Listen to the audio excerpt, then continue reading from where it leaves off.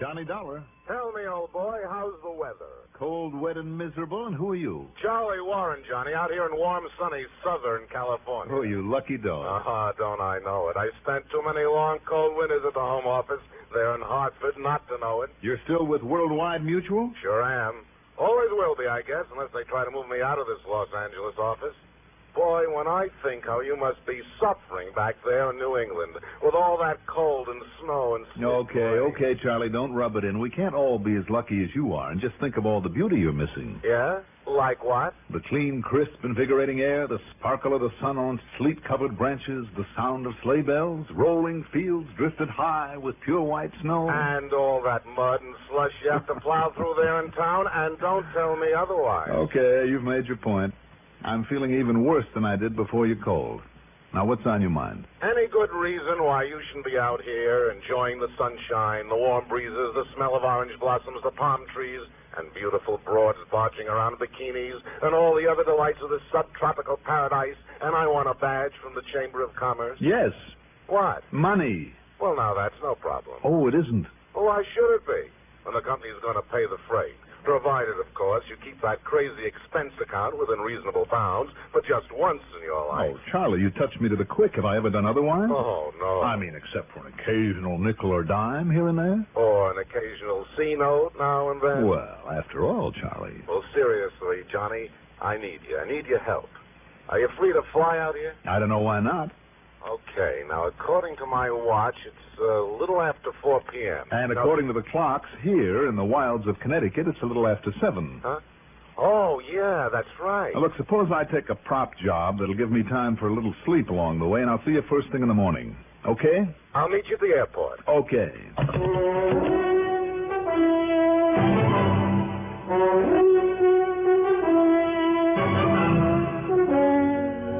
The CBS Radio Network brings you Mandel Kramer and the exciting adventures of the man with the action-packed expense account. America's fabulous freelance insurance investigator, Yours truly, Johnny Dollar.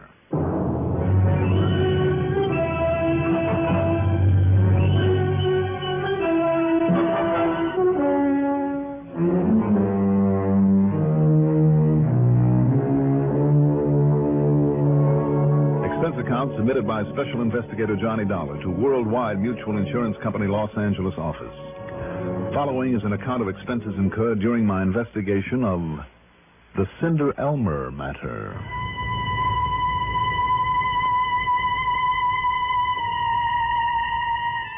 Expense account item 1, $176.40, taxi to Bradley Field and a plane ticket. It was close to midnight by the time I could get a flight out of Hartford. I don't know why so many people have to travel this time of the year. And it was nearly 3 by the time my plane in New York took off and headed west. All my plans to sleep along the way went to pot. Not only because of the several stops we had to make, but because of the cute little brunette who occupied the seat next to mine. A real charmer on her way to L.A. for a winter vacation, and did I have any ideas for how she might enjoy herself out there on the coast? Did I have ideas? But after we landed, then she introduced me to the blonde giant who met her there at the airport and took her in tow. Well, who am I to argue with a man who plays right tackle for the L.A. Rams football team? Anyhow, I was sadly lacking in sleep when Charlie Warren finally found me at the luggage stand, picked up my bags, and led me out to a car parked at the curb. Oh, here you are, Johnny. I'll just toss these bags in the back. Hey. Here, Johnny, here's the keys. To a nice, quiet room with a soft bed in it. Are you kidding? To this car. Oh, Charlie, why don't you drive? Well, this is one of those rental jobs. Hmm? Sure, my car's over there in the lot. Oh, and I had him throw in a set of chains. What, you mean skid chains? Yeah, up where you're going to need... In sunny Southern California? Excuse me. Let me get my glove compartment. Be my guest. You mind telling me just where I'm going and why? Now, here's where we are, see? L.A. International Airport, see it? I'd rather see a comfortable bed, Charlie. Now, you go north on Sepulveda Boulevard to Manchester. East to Harbor Freeway, turn north, then east on the San Bernardino Freeway. I do, hmm? Yeah. San Bernardino's maybe 65 miles or so. Then you turn north here up into the mountains, see? And there's Crestline. There you are. At least that's where you can get directions to Hillcrest Lodge. I can. Oh, boy, I wish I could go along with you. That's the most beautiful country up there this time of year. It really is. 75 or 80 degrees of hot smog down here. And up there at 5,000 feet altitude, it's all covered with snow. Beautiful. Oh, Charlie, you're a dirty dog. What? Over the phone, you give me the Chamber of Commerce pitch to get me away from an eastern winter, and when I get out here... Yeah, but this is different, Johnny. You'll love it. Skiing, tobogganing, magnificent view of all the peaks up there on the rim of the World Drive. It's right near Lake Arrowhead, you know. No, I didn't know, and what's more, I don't care. Unless I can get a little sleep, Charlie, I can... Sleep? Johnny, up there in that clean, clear, crisp, cold air on that high altitude, you'll sleep like you've never slept before. You mean like sometime tonight? Sure. If I'm lucky. What do you mean by that? Well, you still haven't told me what kind of a case I'm supposed to be working on.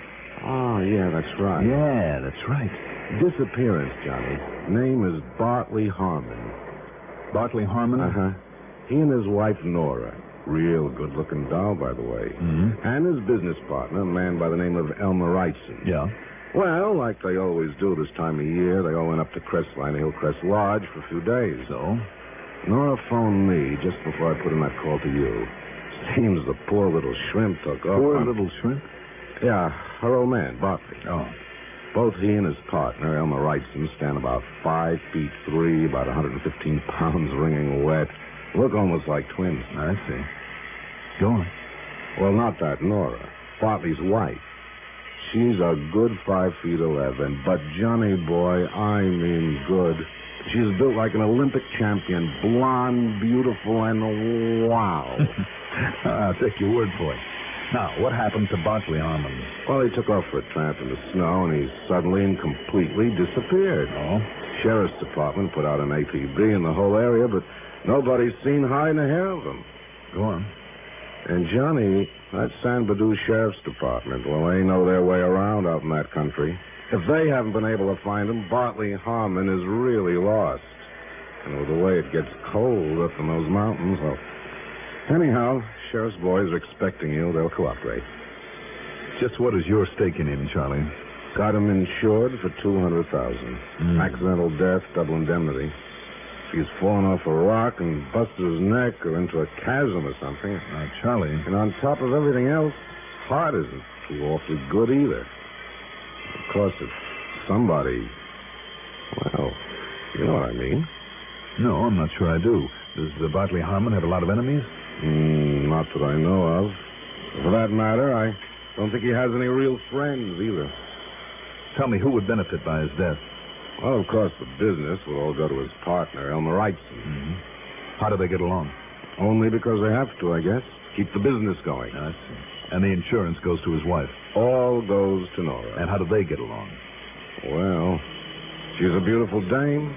He has a lot of money, and, well, she's a lot younger than he is, you know. No, I didn't know. Now, wait a minute, Johnny. Somebody did murder him. Well, you mean... You think that maybe one of them? Charlie, I think I better get on up to Crestline. Here's a friendly and important reminder from your postmaster. This is the time of year when the post office handles its biggest volume of mail. The extra load often takes extra time. So if you want your cards and packages to arrive at their destination before Christmas, mail early and often. Make sure addresses are clear and correct. Use postal zone numbers and send your cards by first-class mail. For a merrier Christmas, shop early, mail early.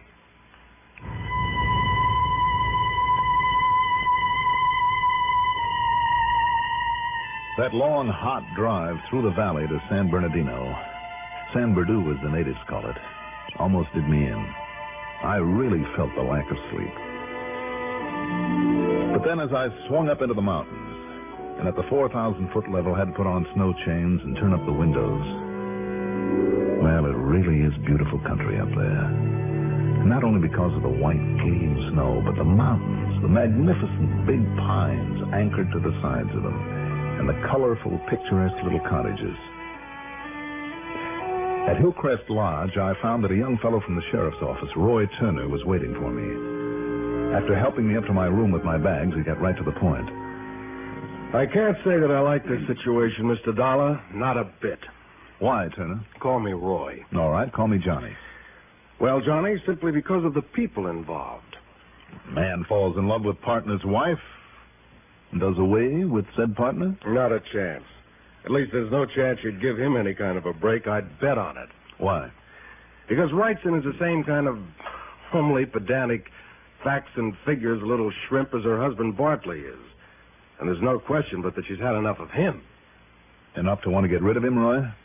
Well, Harmon's worth a lot of money, I understand. A lot of insurance, too. Yeah, that's true. And she's a much younger, good-looking, athletic... Well, where do you see her? I'd like to. You will. And don't think for a minute she doesn't make the most of it, of what she has. Johnny, for the few days they spend up here every year, she brings along enough expensive clothes to sink a battleship. In addition to snow and ski and skating outfits, I mean. She has a whole trunk full of shoes alone. Anyhow, we're making sure that she sticks around. Wrightson, too, for that matter. Roy, if they're all on such lousy terms, why do they come up here together? Only because she likes it so much. So Bartley tags along to keep an eye on her. And Mr. Wrightson? To keep an eye on him, I guess. I take it you've combed the hills around here pretty well. As thoroughly as we know how. Mm-hmm. What about all those little cabins that I've seen around? Been through them all. Apparently, Harmon headed over toward Old Ironside. That's just north of here. Has a sharp face on it where the snow doesn't stick. And beyond it, well, in order to save time, we have a helicopter out there looking over that big valley. Roy? Yes, Johnny? You know, over the years, I've investigated an awful lot of disappearances. Yeah? And you would be surprised at how many people disappear deliberately, just to get away from things once and for all. But leave behind that beautiful wife he's so jealous of? And his share of a prosperous business? It is a possibility, though, isn't it? Well... that may be for me. I told the operator I'd be here. Hello? Yeah. Yeah. Where? Okay. Leave it there. Have him go back and pick me up at the port. As I started to say, it is possible, Roy. Not anymore, Johnny. Oh? The copter just found Bartley Harmon out there beyond Old Ironside. Or rather, they found his body. We got to the airport on the edge of San Bernardino in less than 20 minutes. The copter was already there and waiting for us. We piled in, took off, and headed back to Crestline, then past it, then circled the cold gray peak that was called Old Ironside. Beyond it was a long, narrow valley, edged on both sides by a heavy growth of timber, and 100 yards or so from the tree line, out in the open, there on the cold, dry snow, lay the body of Bartley Harmon. I don't see any mark where you landed this crate, Steve. I didn't try to land, sir. Just took her down low enough to make a positive ID, then got on the horn and reported in. They told me to run back to Purdue and pick you up, sir. Looks to me as though you may have got down there too close. What, sir? I mean, this chopper apparently blew a lot of snow on top of it. Hope it didn't cover any clues. Sorry, sir. Clues, Roy? Now find a spot to land us up there ahead of it. Right, sir.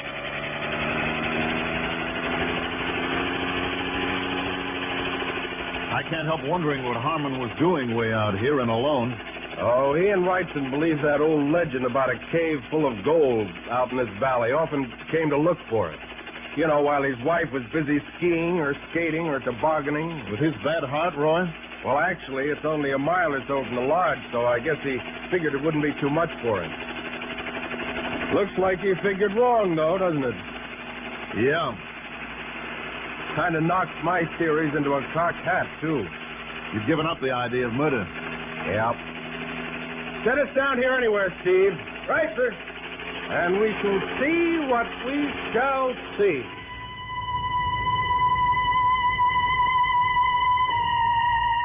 What we saw down there was more than we'd bargained for. The body was that of Bartley Harmon, all right, and there wasn't a mark on it. It looked as though the old boy, overextending himself at that high altitude, had simply had his heart give out on him. Until we found two things. One, another set of footprints leading to the spot, much smaller prints that could have been made by a woman's snow boots. And second, beside them there in the snow, a cigarette butt with lipstick on it.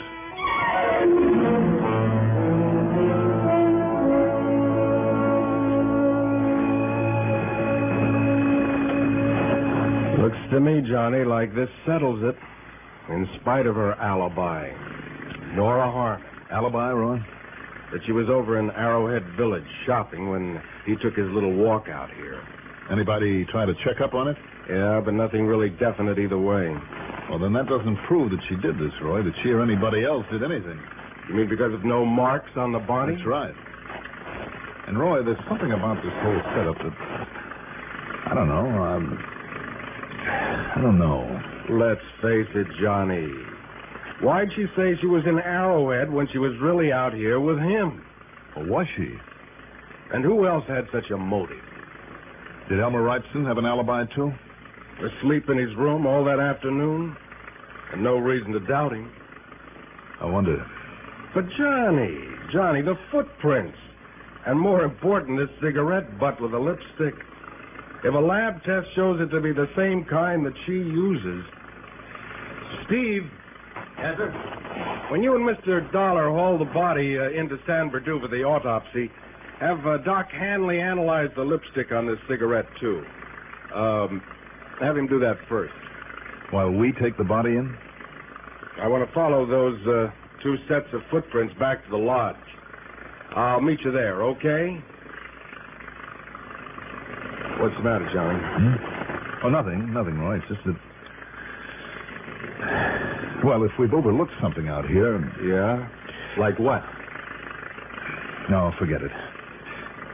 Come on, Steve. Let's get the body aboard. Yes, sir.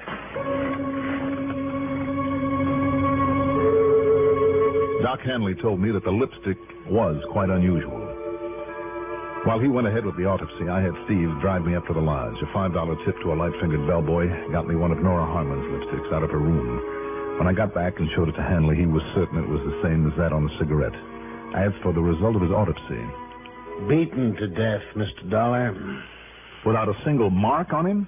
There were several intestinal and mesentery perforations, blood in the peritoneal cavity. So? You saw no external bruises because death occurred so quickly, the blood stopped circulating immediately. And without circulation, there can be no hemorrhage into the tissues. A little-known fact, my boy. I see. So it looks then as though Roy may have been right in spite of this hunch of mine. Hunch? In this modern day and age, don't be ridiculous, my boy. Look at the facts. She not only had the motive, but if I understand correctly, is physically capable of such an action. And with the cigarette butt as proof that she was out there with him, yeah, I'll phone Roy Turner at the lodge and tell him to charge her with murder. I wonder, though. Wonder? Why? What's there to wonder about? Well, Doc, unless she is pretty stupid. Well, I'm certain from what I've heard about her that she isn't. Far from it. Then why leave such obvious, incriminating tracks? Both the footprints and the cigarette. My boy, even the cleverest of criminals sometimes overlook little things like that. Little things?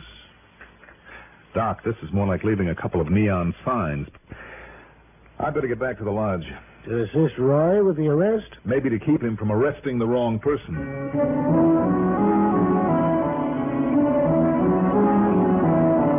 As I walked into my room at the lodge, Roy was just hanging up the phone. Okay. Well, okay, Doc. Yeah, that's good enough for me. I'll bring her in right away. Roy, before you do that... Yeah, I know, Johnny.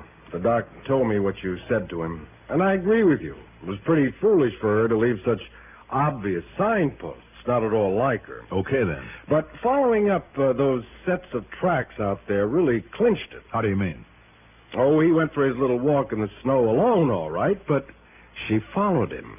And every time he stopped to rest, she also stopped, but a couple of 100 yards behind him and well hidden by the trees. And more important, Johnny, Yeah? every time she stopped, she lit up and smoked one of those cigarettes. And they are the same brand she uses. I've checked on it. Then, when he took off again, she dropped the butt in the snow and followed him again. Until finally, when she had him far enough away to be safe, bango. Now, wait a minute. One other little thing, too, Johnny. Roy. While you were down there in San Bernardino, I compared those footprints with a pair of Nora's shoes. Same type and size. Wait a minute, will you? Well? Roy, it has finally got through this thick skull of mine. The butt, the cigarette butt we found by the body, before you picked it up. Yeah, what about it, Johnny? Listen, did you find some more out there? Several, just further proof. Did you leave any of them laying around out there? Well, sure. One or two are all I need for evidence. All right, come on. We're going out there and look at them. What? Yes. Unless you can visualize exactly what that first one looked like lying there beside the body. Well, I don't know. Because I can. And, Roy, before you do anything foolish like arresting Nora Harmon, you better have a look at some of those others. Now, come on. The first place she stopped is just ahead. Good. Glad it hasn't snowed for a while. But I still think this is a kind of silly waste of time, Johnny. And I tell you that both of us ought to be shot for not having been more observant. You still haven't told me what this miraculous inspiration is that... Oh, here we are. And you see? That butt lying there with that same lipstick on it. Here, I'll take it along. No, don't touch it. Huh? Just take a good look at it, Roy. Don't you see? It wasn't crushed out. It was simply dropped there on top of the snow. Well, sure, so what? Then what put it out? Well, the snow. What else? Did it? What do you mean? If that cigarette was still burning when it was dropped here on the snow, don't you see, Roy? Don't you see? It would have melted some of the snow while it was going out. Wait a minute, Johnny. You're right. Of course I am. All those butts you found were smoked and put out somewhere else. No doubt by Nora Harmon because of the lipstick. Then somebody else carefully picked them up and saved them. And for only one reason, Roy, to plant them out here beside these footprints. Wrightson? Right. Elmer Wrightson, the only other person with a motive. But the footprints from her shoes. Didn't you say that she's a big girl? And that Elmer is a little shrimp? Yeah. And if he wears a snow boot like hers, we've got him. But if he doesn't, Johnny? Did you also say that she has a whole trunk full with her? Yeah. Or wouldn't she have at least a couple of pairs of snow boots? Sure, I've seen them myself. Any reason, then, why he couldn't have borrowed a pair of hers and then put them back? Yeah, but if he didn't, Johnny... Well, let's try it, Roy. Let's try the Cinderella bit on him, Only it'll be, Cinder Elmer. We'll make him put on a pair of her snow boots, and if they fit... Well, are you game to try it?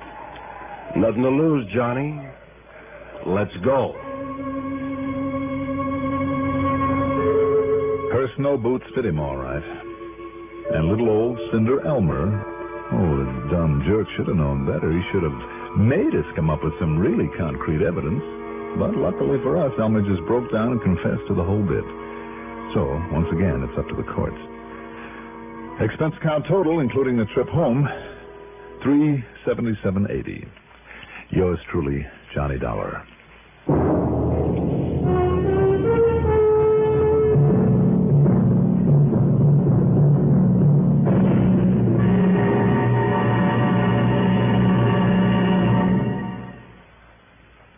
Now, here's our star to tell you about next week's story.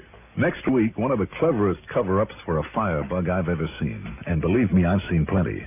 Join us, won't you? Yours truly, Johnny Dollar.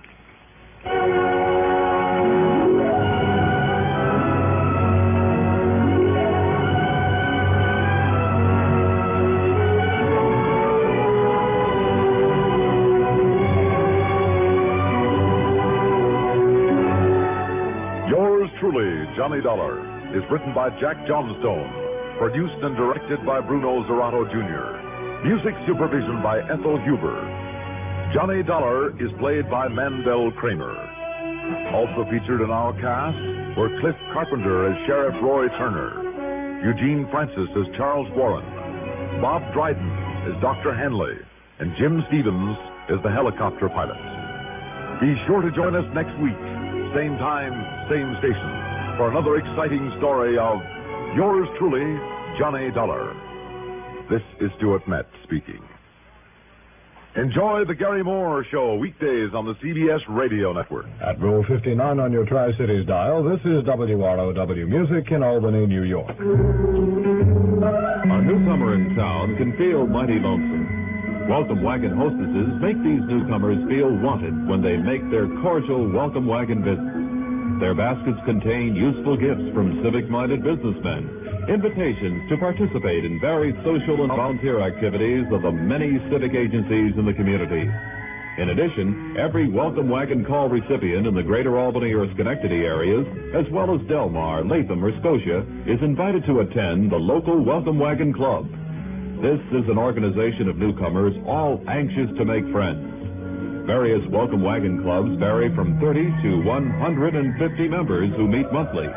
Their interests include bowling, golf, cards, handcrafts, and dancing. You can help to make your new neighbor feel at home. Call State 59640 today and make your neighbor eligible for the many opportunities in a Welcome Wagon Club.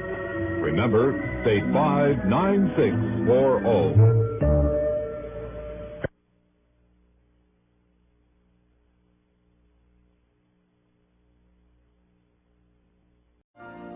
You've been listening to the OTR Gold Network. Find more classic radio at otrgold.com.